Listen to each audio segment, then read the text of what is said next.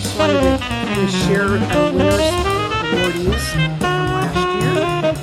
It's kind of serendipitous since we are starting a whole new cycle again now for this year. And so we're going to jump right in and congratulations to those folks. Just a reminder that we are recording. So just be aware that we are recording this session as we're kind of going through the slides. So good morning. Welcome to our April 29th edition and our last edition for this year of our PBIS Leaders Network. Welcome, and I hope everybody's having a good day. It's sunny. I know the storms are coming, but at least it's sunny right now. Stacy is populating in the chat both the sign in if you would want your contact hour as well as access to the slides today. So check the chat and you will have access to both of those things. All right. So let's start we're going to do just a quick connection activity. You guys know how I love the first 5, and this is again from the first 5. So you have to go 24 hours without your phone. What new hobby or activity would you do to pass the time? And put that in the chat for us. And don't put the letter, put the actual activity. Maybe it might be easier to see if you put the activity in the chat. Ooh, reading. Rhonda. Oh, we got some readers on the call. Oh, we have a lot of readers on the call. Hiking sounds good. Volunteer. Oh, that's nice. New art project. Oh, we have an artist. I'm just jealous of you. Cooking, volunteer. Thanks, Holly. Hiking. Yeah, I'm ready to get outside too, for sure. All right. Well, I know that's a scary thought to be without our phones, but sometimes it's good for our mental health to put them down. A lot of readers in our group this morning. That's kind of cool. We have a couple hikers too. All right. Thank you for humoring me there. We're going to go ahead and jump right in after our connection activity. Our agenda today is we're starting with Jen from Sam Salem CLC in Akron. She's going to be talking to us about in her building how they use restorative practices circles. We're really excited to hear about that. We're going to talk a little bit about the new TFI, which is the TFI 3.0. We have some strategies to go that are linked to the restorative practices, some really easy things that you could do in your buildings. And then if anybody's staying on today, I haven't heard that anybody's staying on today, but if anybody's staying on today for high school networking, that would start at 10 o'clock. So we're going to jump right in. I am going to, remind everybody that we still have our state priorities, which are literacy, numeracy, workforce readiness, and student wellness. And so we are obviously with PBIS in that student wellness category. And so we want to make sure that we're still adhering to our state goals. All right. So I'm going to introduce to you Jennifer Torrance. She's principal at Sam Salem CLC. And she's going to talk to you guys about how they use restorative circles in their building in Akron. Welcome, Jen. Hi, good morning. Thanks, Heidi. Good morning, everybody. So I am the principal at Sam Salem CLC, and this picture here is my PBIS climate team. It's a phenomenal team that really focuses on our tier one interventions for our whole school.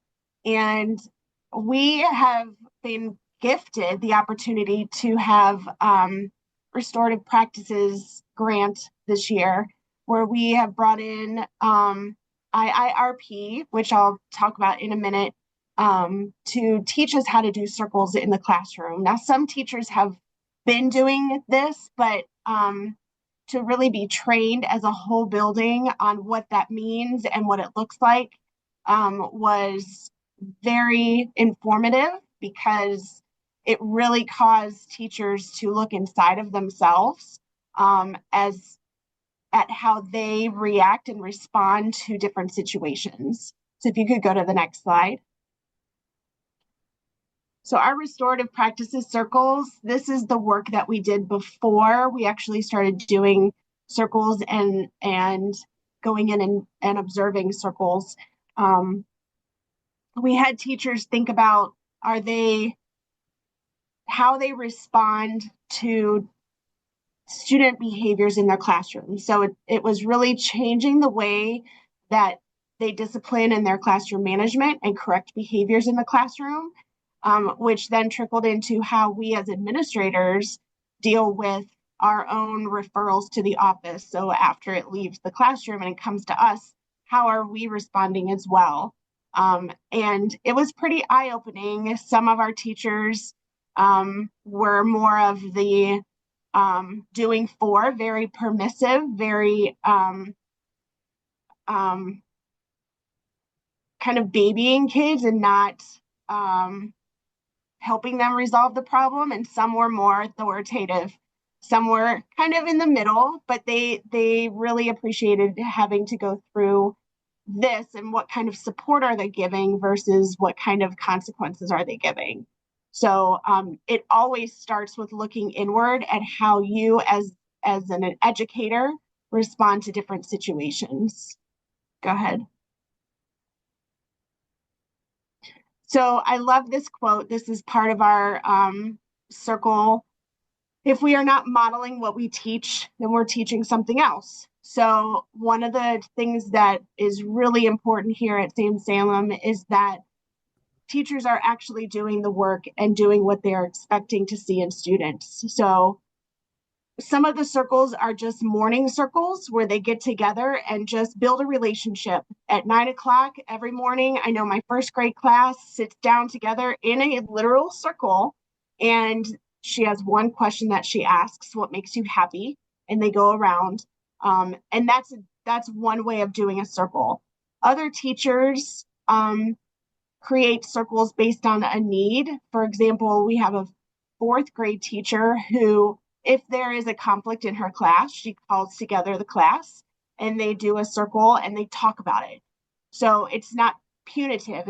They're not punishing, they're not giving consequences and just kicking them out of class. It's very restorative. It's very, let's work on this together, and how do we need to make things right? And then they do it as a whole. So it gives all of the kids in the classroom a voice. So circles symbolize unity in the classroom and inclusion and participation and cooperation. So over time, the strategy has been adapted for decision making. So if there's a decision they have to make in the classroom, they form a circle. Maybe it's just discussing something that is stressing them out, or we've got tests coming up. We have circles that are around testing time, or if it's conflict resolution, where they have a problem and the students share what the problem is, and then they brainstorm and talk about how to resolve it. I had a fifth grader come to me before spring break. It was a couple months ago. And she said, Mrs. Torrance, I think we need to have a fifth grade circle. I said, okay, tell me more. And she said, we're just not being kind to each other. And I think that as a fifth grade class, can we sit down and have a circle? I said, absolutely. So on Wednesdays, our gym is free. So after lunch, I had all of the fifth graders come in and I ran the circle, but really I facilitated it, whereas the students really did a lot of sharing. And then we took notes and then we hung those notes up in the middle of those two classrooms. Like, what does it feel like to be kind to others? What does it look like? We need to revisit it because fifth graders are fifth graders, but that is something that was pretty exciting to see, that they are so used to resolving conflicts and talking about things than just going to a reaction. Go ahead and go to the next slide. I linked something here for you. It is using circles to build positive relationships. We are very, very big on relationships here, because if you don't have a strong relationship, there's going to be struggles with building trust. And then you fall into so many other categories of issues. It starts with how you have relationships with students in your classroom. And so one of the things at Sam Salem that we really focus on is being at the door and greeting your students, saying good morning. And it looks different for every teacher. I have some teachers that high five or hug, or they have the students choose. Some ask a question, and some bring four in at a time. It looks different for every teacher, but they're all building a relationship. They know their kids and what those kids need. So this is just a practical guide of doing different types of circles that I wanted to share with you. So that is how we do our circles here at Sam Salem. And the next slide is if anybody has any questions, or if you have more to add or anything like that. I'll open it up. If folks have questions, feel free to utilize the chat, or unmute is fine. We have kind of a small group this morning.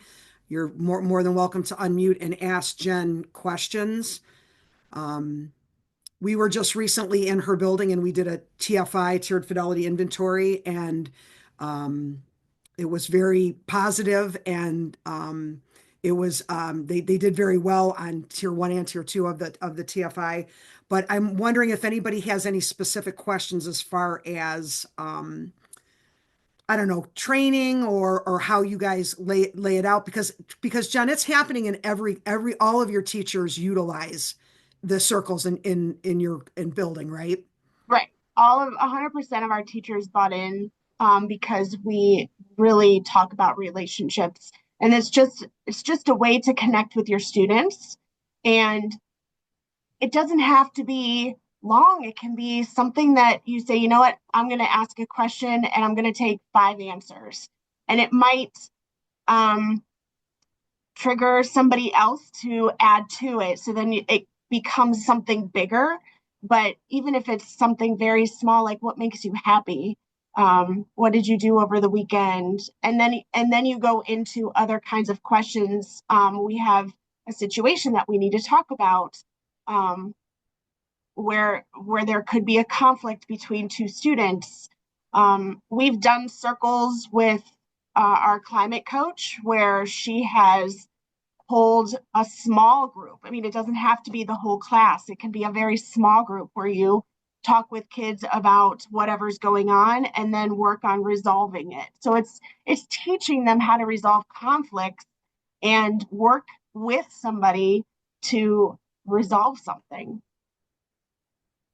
Can you talk a little bit about if there's, and I'll ask a question, and please, if somebody else has a question, jump right in or put it in the chat. But can you talk a little bit about, I recently, last year was at a session with Dominique Smith, who does restorative practices work, if you guys are familiar with that name. But he really talked about how when he started his journey with restorative practices in, I think it's San Diego schools, that they brought him in to like solve conflicts all the time. And he said they started that way, but he discovered very quickly that just doing like conflict resolution circles really wasn't getting them where they needed to be because they didn't have a restorative culture built to have those kind of restorative questions. Could you talk a little bit about having, building that foundational piece? And I know Nicole has her hand up too. So if you would address that, and then I'll go to Nicole next. Sure. One of the things that we always start off with, and that we part of the training with our teachers was the first thing you ask is what happened. Allow the students to explain in their perspective what happened that is upsetting them. And then you go through specific questions, and I have them up on my bulletin board because sometimes I need a reminder, but it's 5 questions. What happened? What were you thinking at the time? What have you thought about since? Who was effective? And what do we need to do to make things right? And it's a conversation. And the teachers have those questions on their lanyard so that they can flip through them as well, so that they're not just reacting when something happens and they're like, what's wrong? What are you doing? Like, it changes the mindset of how you even respond to somebody who's struggling. And I've seen just the way my staff approaches kids who are crying or who are super happy, like, what's making you happy? I want to feel your joy too. It's really just woven itself through my whole building culture, the way that we interact with students. And when I first got here, it was reactive. It was everything was coming down to the office.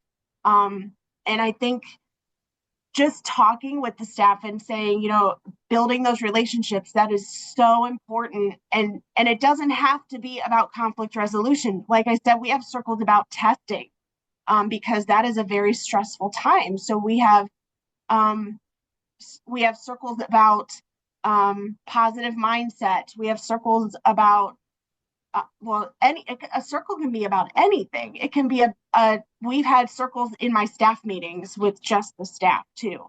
So just modeling it on my end on what it looks like and modeling how I interact with kids sets that expectation for staff. I love how you mentioned the restorative questions, the 5 restorative questions, which it's great if everybody could just start using those. I mean, that's a great place to start. And then giving them the materials like on the lanyard, they have it right at their fingertips. So they don't have to go to look anywhere. So I love both of those ideas. I think those are great. Nicole? Good morning. First, I just want to give a shout out to Ms. Torrance because the work that is happening at Sim Salem is 100% because of how she supports it and models it and does all of those things as an administrator. But one thing that we hear across and another thing, it's not just that, to say it's happening in practice, but it's actually showing up in their discipline data from last year to this year, just marking period 3, they decreased considerably to the point of it's almost non-existent. So it is also proven within their data. But the question that comes up across our district all the time, especially in elementary schools because of the limited time, is how do you dedicate time and allow teachers to be flexible with their schedule in order to achieve, like, have these circles when they're needed for conflict, but also as that relationship building. So I was just wondering if you could share a little bit about how you as an administrator have either scheduled into the day or allowed that flexibility. So I have done both.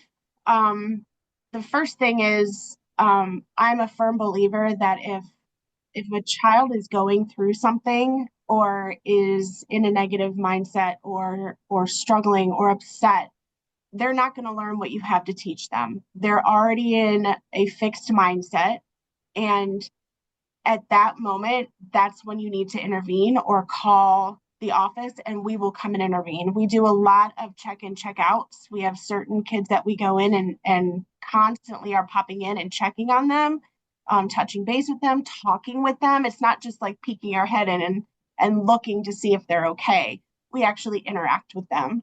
And I also tell the staff that it's really important to pay attention to those nonverbals, um, so that you know if a kid is really starting to struggle, you can intervene as soon as possible. And that is sometimes I have given my cell number out to every teacher. They have it because they don't always get to call me on the phone, or they don't want the students to hear, oh, she's calling the principal. And I go and help. We go and help. My whole team, my dean, who I believe is on this call, Holly, my counselor and my climate coach, we are constantly in and out of classrooms, just supporting the kids where they are, because if they're not in the right mindset, they're not going to learn.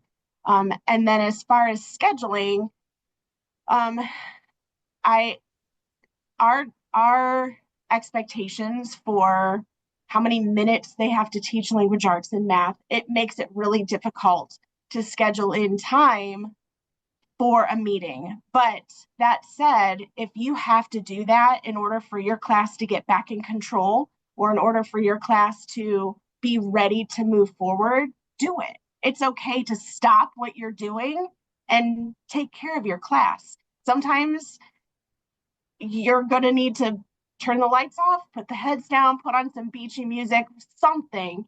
It's okay to do that. And that's just something that I share with my staff, because I'm not going to come around and be like, oh, it's 10 o'clock. You're not teaching writing right now. Why are you in a circle? What are you doing? Because if the kids aren't are struggling, or if certain kids are in a conflict, it's going to cause more chaos in the classroom. Now, next year, I actually have my schedule done already for next year. And I was able to build in morning meeting time. We called it family time. So our day starts at 8:30, and from 8:15 to 8:30, our teachers are welcoming kids into the classroom, and doing their morning routine, and then they start teaching at 8:30. But I was able to back up some of the specials times until 9, which gives some of my upper class, my third, fourth, and fifth grade classrooms, time built in to actually start their day as a unit, start their day in a circle if they want to. You don't have to have a circle every day, but I'm telling you that if you do and you have that structure, they ask for it. They look forward to it. It's not something that they're like, oh, we have to do a circle, because not everybody has to talk. You can pass, or you can just be present as long as you're there in the circle. So next year, I'm looking forward to seeing how that helps our upper grades. In our lower grades, they build it in. They have their morning meetings every morning. It's part of their slides that they do, and they build it in during their morning block. Awesome. It makes me think of Jen and Nicole, that when we go through and we're really looking at PBIS practices, and we're doing things like the tiered fidelity inventory, and we're getting certain scores on those tools, but yet the behaviors don't feel like they're going away, or they're minimizing, or maybe you've done the self-assessment survey, the SAS, and teachers aren't maybe feeling it. I think restorative practices is something at a tier 1 level. It's not, when you're talking about conflict circles, that might be almost like more of a tier 2 level when something happens. But at a tier 1 level, you could have that in every classroom, and it could be part of their routine in the morning. And I've even seen teams use that circle time to teach their behavioral expectations, which is beautiful match, a marriage. So I think at a tier 1 level, if schools, if you're looking at your data and you're saying, yeah, we're doing these things, and we're scoring pretty good, but we're still feeling like, that we're still feeling behaviors, or our data's not showing that it's decreasing, doing something like these connection types activities actually can help that and build that sense of community within your classroom. So I think it's great at a tier 1 level. We could talk about it at tier 2, 3 level too, but doing just those connection circles and relationship building circles, or teaching expectations, are great at a tier 1 level, I think. Well, and that's something we also reminded our staff to do is review our PBIS expectations, especially coming back from break. And to do that in a circle, because when we do look at our data, our referrals are all online in a Google form, which helps tremendously when we're just looking at how many are in the classroom, how many are in the hallway. It gives you those graphs, which is so great. So we've noticed that a lot of our behaviors are in the classroom. Well, we know that a lot of our behavior, we know the kids that are struggling the most. So we are intervening, but also what is going on in the classroom? Are those classes really having a circle to touch base with those kids too? So our tier one team is actually meeting today, our PBIS team. And I am encouraging them to talk about what other tier one things that we can do for classroom behavior to encourage more participation and not disruptions that are insubordination. And if that is the case, then we intervene with my tier two team and come up with some plans because it might not be the whole class. Sometimes it feels like the whole class and it's only one or two kids. And that's when we intervene as well.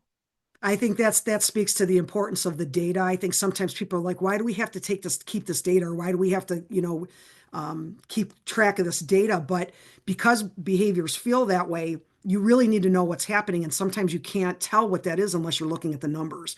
So Right. I love that you are using your data for that purpose.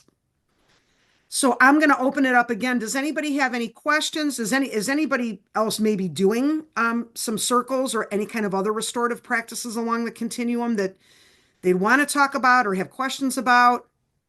And I know this is our last meeting of the year, and I know people are kind of pooped out at this point, kind of tired. But I would like to open it up if anybody does have a question. Jen, I was just curious about how you got staff buy-in when you made this transition. And I mean, obviously your data is supporting it, so I'm sure that helps. But I was just curious, like, what was the staff's reaction when you made this change? So it's been a road. This is my third year here at Sam Salem, and it took baby steps. One of the things was getting them on board with just the way we handle our discipline. Not everything has to be a suspension. Not every student has to go home. Um, we have to remember that these are 6, 7, 8, 9 year olds, 10 year olds, and if you sometimes you have to take a step back and remember that I'm talking to a 6 year old right now. So just the constant reminder from my admin team of how we handle discipline was first. And then we got our staff on board with doing the referrals online instead of a paper referral.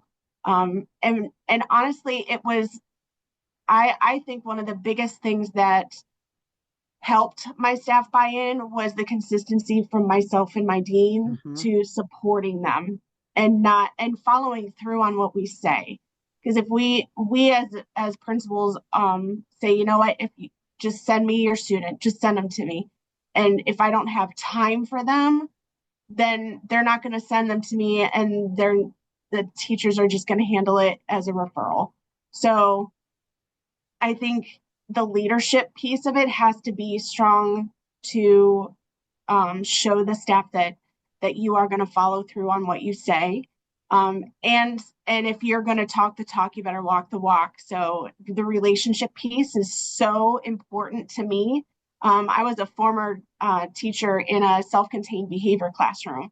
So I know that building those relationships, especially with kids who have emotional disturbance or even kids who are oppositional, you're not going to get anything from them if you are constantly reacting to whatever's going on.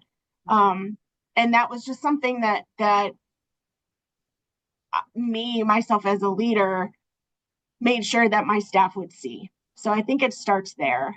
And then when we brought in our IIRP grant, through the state, we were able to provide training, and every one of my staff members showed up, even the ones that I didn't think were going to buy in actually bought in. And I was so glad that they were there, because I wanted that perspective of, yeah, but what if it doesn't work? I wanted that there, because that was the opportunity for them to hear from the trainer, okay, sometimes you need to go a little deeper, or sometimes you have to refer them to the office. It's okay. But as long as you're trying and you have those relationships in the classroom, just give it a try. And it doesn't have to be something that you do every single day. It can be 3 times a week that you have a family circle, that and just having that feel of, we are a family here, and how you treat your family says a lot. I hope I answered your question. I think you've answered Stacy's question, and I would absolutely reiterate the point that, you know, we've been doing behavioral work for a long time at our SST, I think, and I've seen a lot of teams who, when you mention the follow through and the support of the staff, where if that leader in that building is not doing that, it really falls apart, because the staff is great. And if your team is doing stuff and if your teachers are being consistent, that's great. But it is not going to happen without the leadership in that building and without the support. And I've seen it happen countless times where the staff really wants to get something going, but the administrator is not participatory or not supportive, or maybe sometimes even doesn't believe in it. And Mhm. so it's so, I think that point that you made, I think is so important, because that I think is also how you get buy-in too. Yeah. Yes, I Well, agree. I think one other thing that you mentioned is that it's restorative and consequences. So I think the misconception for most folks is that when you're utilizing restorative practices, that you're not disciplining students or you're not providing a consequence.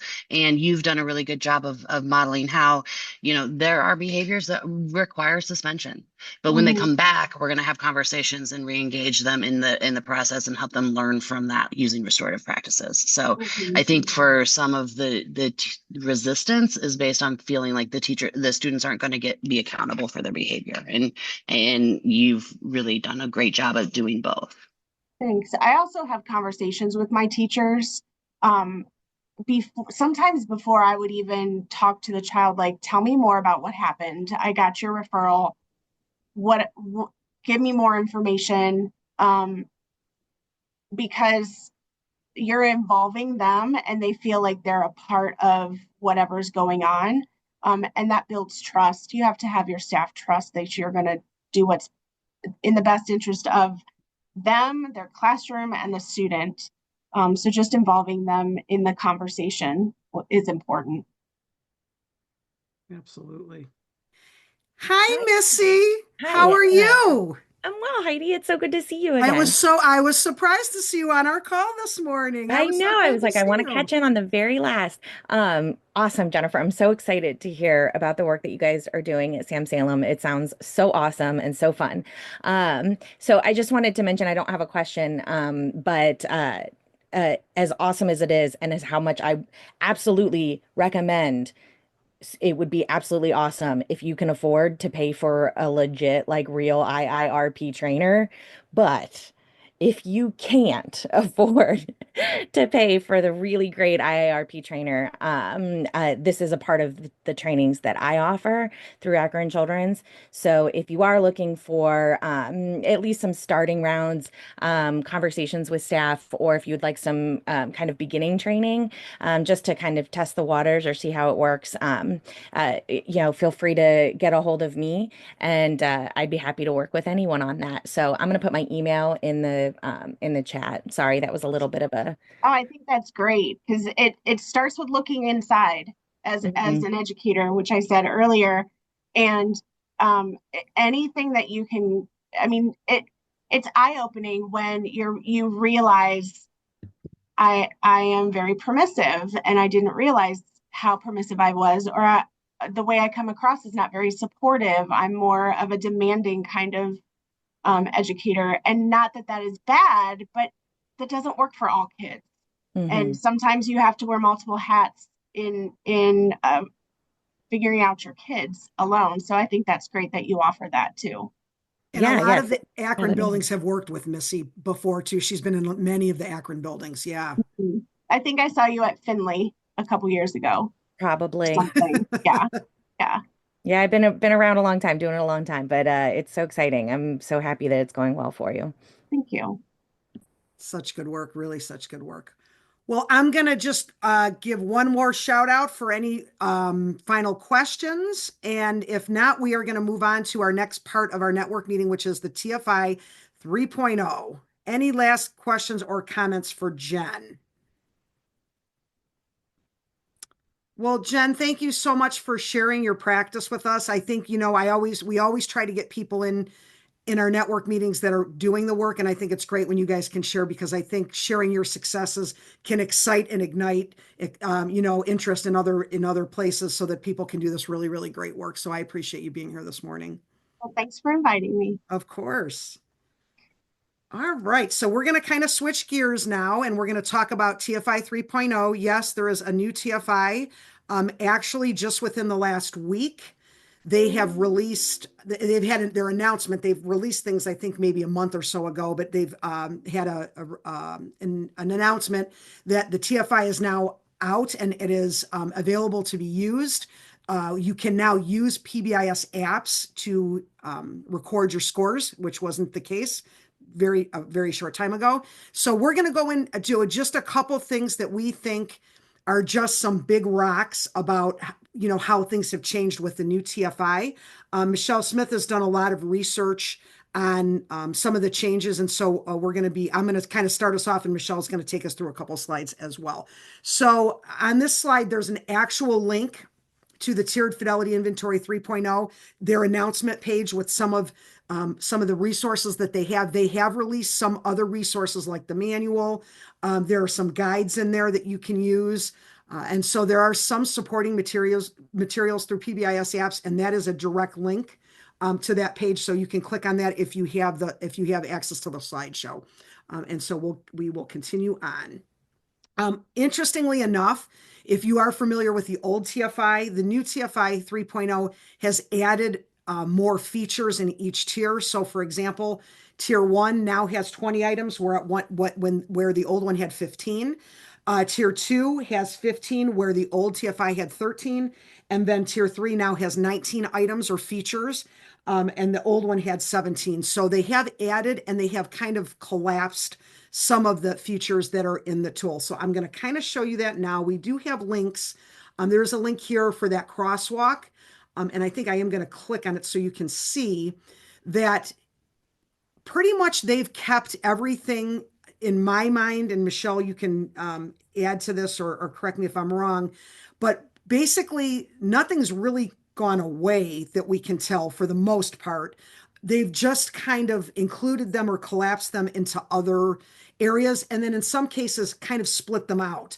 So if you look at tier 1 here as on the screen, you'll see those 15 items that you were originally in the TFI 2.1. You'll notice there are 20, but some of them are going to be kind of broken out. For example, discipline policies are going to have like two features now. Professional development is broken out a little bit more. The classroom procedures are broken out a little bit more. And I will tell you, for those of you who are familiar with the walkthrough, the new walkthrough in the TFI 3.0 is quite much more intense than the old one. I really like it. I think it's going to be a little intimidating for teams, but I really like it because I felt the old TFI did not spend enough time on those classroom practices because the kids are in classrooms more than anywhere else. And so we really need to dig down into that, because we know that tier 1 is really not happening unless it's happening in the classroom. So there is a link on this slide that'll take you to where those changes look kind of across features, which I think is really interesting. And Michelle's going to get into a little bit more of those specifics in a minute, but wanted to let you know that things are changing, and we do have like more features at each tier. And so that item crosswalk is there if you want further information about that to see exactly how that's broken out or consolidated. Here are some just guidance for you as far as administering the TFI. Just as in the old TFI, they suggest using a leadership team or a systems planning team. That has not changed. The team does come to consensus. That again has not changed. You should have been doing the TFI 2.0, 2.1 that way. What is kind of interesting is the completion with an external coach recommended. Probably at this point, because the tool is so new, they would really like somebody to be there that has a very objective viewpoint. And so they do recommend that you do it with an external coach. You could probably argue that an external coach, if you have a big enough district, may be from the district, if as long as they're outside the building. But I would highly recommend, if you're doing this, maybe really going external when you first start, to really have that objective view. You can do it more frequently as you're implementing it at the beginning. You can do it paper pencil, or you can now use PBIS apps, which is exciting. And again, as with the old TFI, there is no cost. You just have to have an account on PBIS apps. Another thing that Michelle found that I thought was really interesting was this conversion table. And I'm not going to get too deep into it, but there's a live link here that really will show you comparisons of where the TFI 2.1 was and how it compares to the new TFI as far as points are concerned, and then percentages. Now, generally speaking, we always look at that 70% hinge point for TFI. To say 70% or better on the old TFI is really, we call fidelity, I guess. We're looking here, it's going to really change when you're looking at the TFI 3.0. And I think for recognition this year, they were using a 50% hinge point, and it doesn't exactly align to what these tables are saying, but I think they were saying 50% for, at least for recognition. These are research-based hinge points that they've looked at University of Oregon to make sure that they're aligned with TFI 2.1 and how you can match that up with the new TFI. So those are there for you. Like I said, if you really want to see how it equates to what you're already doing, I think these tables are really nice for that.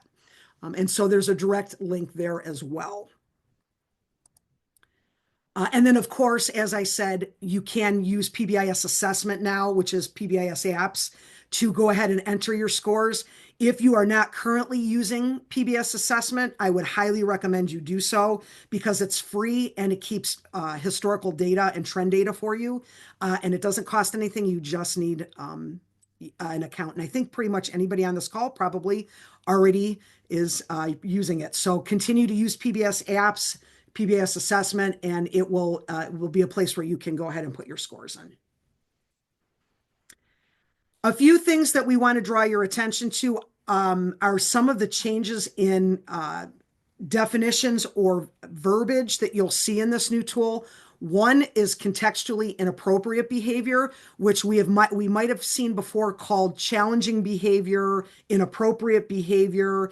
Now you're seeing it, and we've kind of been talking about this year, is that you'll see contextually inappropriate behavior. There is a glossary and an acronym key that you can use if you're not familiar with some of these terms that you see, but contextually inappropriate behavior is one that you'll see that you might not have heard before. You might have heard it called challenging behavior or inappropriate behavior. The other one we want to bring your attention to is SEB support. Generally, we hear SEL, social emotional learning. Really, in this tool, you'll see social emotional behavioral support as being really that social, emotional, and behavioral support in mental health. And I'm really excited that Missy was on the call today, as well as us talking about restorative practices, because this new tool is really going to gauge that much more than the old TFI. So I think it's just right on time. So you'll see that SEB support in there. That might be a new term for you as well. So I'm going to go ahead and turn it over to Michelle. Just let me know, Michelle, how you want me to navigate, and I'm going to throw it over to her for some other considerations for the new TFI. Thank you, Heidi. So as Heidi said, this new tool, really, it's impressive with the way that they've taken a lot of the items that we always felt were important and really put it into practice within the tool. So one of the other changes, as Heidi showed you the crosswalk at the very beginning, that was made, as she said, in tier 1, it went from 15 subscale items up to 20 items within the TFI. And one of the other changes that we saw is that it increased from 3 subscales. In the old version, we had teams, we had implementation, and we had evaluation subscales. In the new TFI, that increased by 1. And then you'll also see that the language used to describe each of the subscales also changed. So in the 3.0, we have teams, we have practices now, we have systems, and we have data as the 4 subscales. And really what the 3.0 did, which was needed, is that it divided up practices that you want to see in place with the systems piece that should be in place at the tier 1 level. And as Heidi said, there are slide decks for tier 1, tier 2, and tier 3 posted on the PBIS app's website. And if you go into each of those, and let's say you want to learn more about what student engagement, family and community engagement looks like in tier 1, these are hyperlinked on the website. So you can click on that item and it'll take you right to the specifics of that item, which is a really nice tool to have access to. Next slide, Heidi. So as Heidi said earlier, 2 of the biggest changes that we have seen with the new 3.0 version are with the walkthrough form, as well as a brand new summary form that specifically is looking at implementation of classroom-wide practices, which is a huge change. Both of these are available within the appendices at the end. And I would say, we're going to go and look at specifics here in a minute, but I would say the walkthrough form as is has also doubled in the specifics and practices that it's looking for the better, as Heidi said. Next slide. So when we look at the procedures, many of these are going to look familiar to you. The why has stayed the same. We want to see what implementation looks like across the building from students and from all staff. The walkthrough needs to be completed before completing the TFI. And one of the biggest changes with the 3.0 is that you need this walkthrough form and the data that you collect in order to score 7 of the TFI items in tier 1. In the old version, you only needed that for 3. You were looking at expectations, teaching, and acknowledgement. You'll see in the 3.0 there on the bottom of the slide, they have 6 listed here, but in the interview questions, there's actually 7 that you will need this data and information in order to score. And it says it takes about 20 to 30 minutes. I would say now, depending on how familiar you are with it, you could get that walkthrough done in 15, 20 minutes. So you'll see with some of the extra questions, the added time that it'll take to complete that.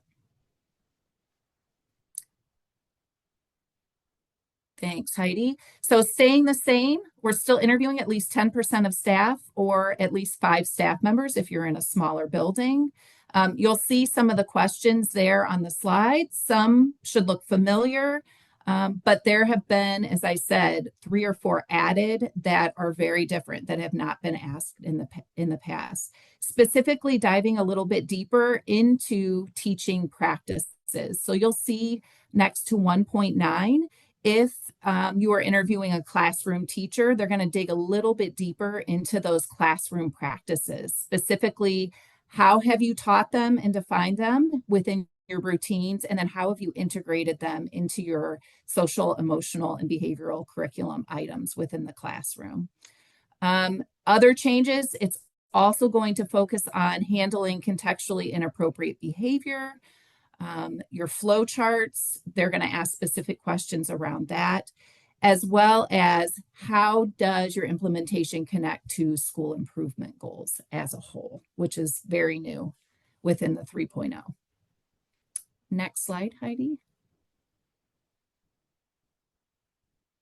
So the data collection table that was used in the old version, same setup and format with the table, but you will see that there's been 4 columns added to account for that increase in what you're asking for around classroom practices, and then around contextually inappropriate behaviors, as well as the connection to the school improvement items.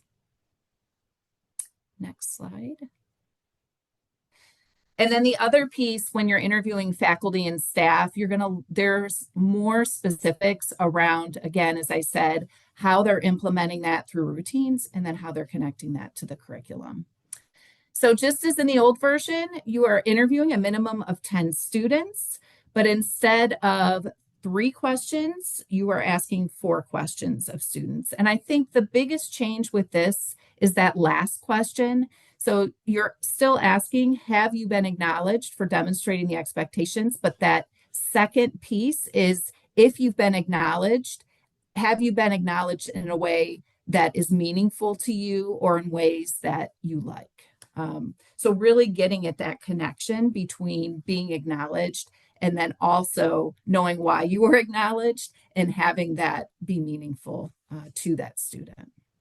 And Michelle, I think some of us naturally kind of started going that way once we got real familiar with the TFI 2.1, but I'm glad now it's like a question that you have to ask. I think I've always tried to do that when I'm in buildings, and I know other people have done that as well. So it's nice that they've put that in there, because I think that's good data for them to have, to know if it is really motivational or reinforcing for the students. So that's really kind of a cool, I like that they've done that. It is. And then just a snippet of the table for specific to the student data that you're collecting. Again, should look very familiar as it was in the old version. But again, you'll see the added column for that value piece that you're asking students. Next slide. And then the last really big change, and as we were looking through the TFI, I think this is one of the biggest changes to scoring the TFI, is looking at the classroom data summary procedures worksheet. Again, in Appendix B, this worksheet is used to score 1.10 in the TFI, which is specifically looking at implementation of classroom procedures. And within this item, they are asking that buildings review data from at least 60% of classrooms across the building. And they really recommend that it's collected at multiple time points. So not just one time in 60% of buildings the month before you're scoring the TFI, and not just one time in the morning within each classroom, but really picking up multiple time points and multiple times within that daily schedule and routine across grade levels, across classrooms, with at least 60% being represented. And then you'll see there on the slide, that can be done through a multitude of ways. So it could be done through teacher self-monitoring, peer observations, through interactions and observations with coaches or mentor teachers, as well as administrators that may be doing walkthroughs, can collect this data. And then you'll see some examples there of how that could be done. If you look more closely at the worksheet, and I know we'll continue to give you more specifics as we move into next year, the TFI says that it could be sampled through counts of specific skills. So how many times a teacher greets students coming in, prompts they may use through classroom procedures, specific praise or supportive corrective items that may be happening within that classroom. And or through observations or rating skills that the building may already be using to collect data on classroom practices. So this is the biggest change, I think, with what the TFI is looking at, the data that's expected to be collected in order to score that item on the 3.0 version. And I'm just going to give a shout out to the B Plus app. If you're not familiar with that, that is a free app. I don't want to misspeak. I think it's the University of Minnesota. That's where Check and Connect comes from. Check and Connect comes from, I don't know if it's from a university, but you can get it on Android or Apple, and it actually helps the teacher on their phone. It prompts for them to be giving that corrective feedback or giving that positive reinforcement. And that's a good way to kind of capture some of that data, but also it's a prompt for the teacher to make sure that he or she is doing it enough times. So that's a free one. If you're not familiar with it, we've shared it a couple times, but I just wanted to give a shout out. It's something else. It's another tool that can be used electronically that might be helpful to keep teachers on pace with making sure that they're providing enough of that feedback that students need. Next slide. Thanks. So where do you start? So as I said, it's kind of a beast when you first dig into it. Like, where do I start with this? I only have 20 minutes to start looking at this. So we would recommend just familiarizing your team with the changes in the 3.0. Grab these slides if you want to start with these slides. As I said, there's slides on PBIS apps that really do a nice job of pulling out a lot of those changes. There's also an audio version within each of those slides, so you can actually listen to some of the changes that are occurring. So one, just start diving into little bits. Two, try to score the tier 1 section alone of the TFI. Just dabble in it a little bit, and or just decide you're going to start using the walkthrough for the new TFI to go a little bit deeper in those questions and what's happening within your buildings. And then 4, think about currently how you're collecting that classroom data, because as we said, that's going to be one of the biggest shifts for your teams, and thinking about what are we going to use to know what's happening within our classrooms. As far as those procedures go. So just start thinking about, maybe you're already using the B+ app, or maybe you already have a system set up for teachers to go in and tally the acknowledgement that they're seeing their peers use in classrooms already. So just start thinking about some of those pieces. And we would also, and I'll go ahead, Michelle. No, go ahead, Heidi. I was just going to say we have pilot schools on there saying that we are, if any of you guys are next year are really looking at wanting to try it, we would love to learn with you. That's new for all of us as well. We have not, I don't think anybody on our team has really gone through it with it. I'm sure nobody has with a team yet. We would love anybody who's really willing next year to go to pilot it and have an SST person alongside. So you can do it, we can learn, and we can kind of learn together. So we're throwing that out there as a thought that if you're interested, please contact us because we'd like to learn along with you as well.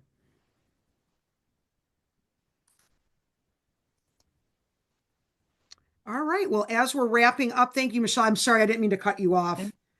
That's okay. That's okay. I see 2 minutes left, Heidi. So we want to be conscious of everybody's time, right? There are some really nice links here that connect to our restorative practices conversation this morning. The first one is co-creating classroom expectations with students. That's how you can use your expectations, but co-create them with your students for your classroom.